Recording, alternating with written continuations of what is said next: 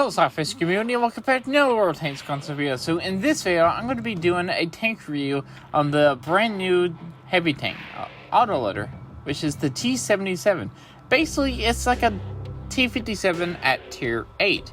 It's a tier 8 premium American autoloading heavy tank. So we're also going to be comparing it to the T54E2, which is also called the Sergeant Slaughter, and the 32A prototype, the other two premium tier 8 American heavy tanks. So basically, aim time is in the middle between the two. Okay, first of all, these two guns are very similar. The 54E2 and the T77 guns are very similar. You'll see this in the comparison. The aim time is in the middle between the two tanks.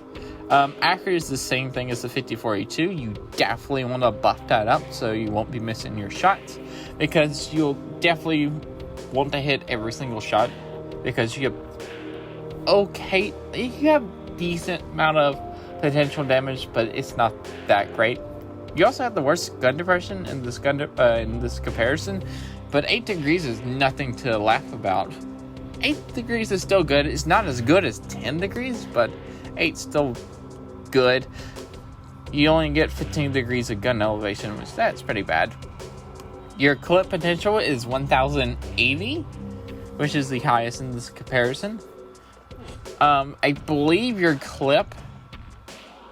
inner clip reload is about 2.5 seconds, so you can dish out 1080 damage in 5 seconds. So that's really good. Your alpha is 360. Which is higher than the 32A prototype, and some reason the high explosives are higher than the 54E2. Don't know. Penetration is definitely the highest in this comparison, so you don't really need to bring that many premium rounds because you have really nice standard penetration.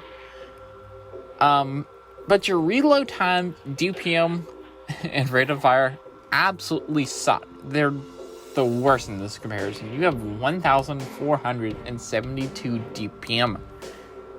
Yeah, you might want to buff that up, because the 54E2's got you beat there. Your horsepower per ton is 16.33, which is best in this comparison. Forward speed is best in this comparison, but your reverse speed is terrible at 12. This tank actually does feel faster than the T54E2, especially when you bring in the terrain resistances. Tracking speed is actually pretty good at 30. Hit points the worst, but it's only 50 less. And you're 49 tons, so you can ram people, but I don't really recommend it. Your hull armor is 125 at the front, and I'll be talking about this in a second. The back is 35, so you don't want to get shot in the back because high explosives are going to pin you every single time. Frontally turret armor is 152, which is okay. So now we're just going to go to Tank GG right quick and turn it to live and look at your 232 millimeters of penetration versus your armor. Basically, you're looking face at it. You have a decent chance of bouncing shots here. It's an okay chance. This will always bounce shots as long as you keep it straight. If you angle it like this, then this is not going to bounce shots anymore. This will. Your turret is absolutely trash. It's just like the T57 Heavy's turret. Even if you use your gun depression, like if you use your gun depression and like hide this part of your tank, like right here, like try to hide this part, then they'll have to shoot up here and they'll ricochet. As long as they don't shoot this, then that is a pretty big weak point. So yeah, don't really trust your armor because you don't have any, but it will save you time and time after again. Yeah, I think that's how that saying goes. Okay, next is the V-Range. V-Range sucks at 370. The 54E2 just beats you out right there. Normal XP rate and normal silver rate. So that's it for the tank comparison. Now let's go jump into some gameplay of this tank. Alright, so we ended up on mines, which is actually one of my favorite maps. Believe it or not, I really do like mines. So where are we going to go in mines? Basically, where else would you go in mines? And there's the inside of a tank right there. Basically, we're going to go fight up here in the hill, the middle of the hill. I guess that's what you'll call it. So while we're going up there, I'll tell you what we have equipped on this tank. I have improved ventilations, advanced armor, gun stabilizer, and now for my crew, I would have to get to the crew, is Born Leader, rapid loading, 6th sense, fire prevention, armor angling, track mechanic, steady aim, off-road driving, and situational awareness. Now, I actually did make this crew after like 6.0. It was like one of my first crews, so I don't have it really set up the way I would want. I wouldn't want fire prevention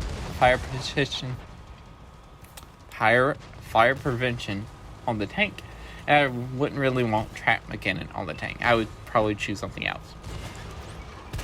So now the T77s actually get really good penetration. As you can see right here, we can just butter right through the T29's hull and then IS-3's hull. We actually went through the upper plate of the IS-3 for like a shot or two. And so you don't really have to aim in this tank because you do have really high penetration, especially when you're fighting tier 8 heavy tanks. You can just aim at the middle of their hull. You don't have to really aim for weak points and just pin straight through the hull. You do have APCR as standard, so you will lose penetration over distance. Your second round is heat shells. It's the same type of premium round as on the T57 Heavy. So if you like playing your 57 Heavy, you'll like playing this tank because it's just basically like a T57 at tier 8, but a very mobile T57 Heavy. I do like the speed of this tank. Basically, we went to the middle of the hill, got there pretty quickly, put 3 shots into somebody, fell back, went on a long reload, put 3 shots more, then we fell back to defend the base-ish, and we shot a Gornage. And right here, we're just putting shot after shot into the upper plate of the fatherland. Now, that last shot, I actually bounced off. It might have like hit the track or the turret of the fatherland, and I have no idea what the light tank is going to do, but he's going to die. No idea what his plan was. Probably just to distract the fatherland, but little did he know I was actually reloading. So yeah, basically use your speed of your T77. Go off there really quickly. Put 3 shots in. Your armor will save you sometimes, but don't rely on it. It will save you enough to put your 3 shots in and just fall back as quickly as you can with your 12. Is it 12 or 17? Your 12 reverse speed, which is very bad, and you'll definitely see when you're trying to reverse. But your armor will save you a little bit. Your armor does work, but don't rely on it. Not a very good, reliable thing to rely on. See right there, we actually got penetrated by the fatherland, and we also auto-locked the fatherland. So basically, this is like a T77. Basically, this is like a T57 at tier 8 that's pretty mobile, has a long reload, and has high penetration. And you can't really use its armor. So basically, it's like a support heavy tank. Yeah, I would think it was like a support heavy tank. You support your other heavy tanks.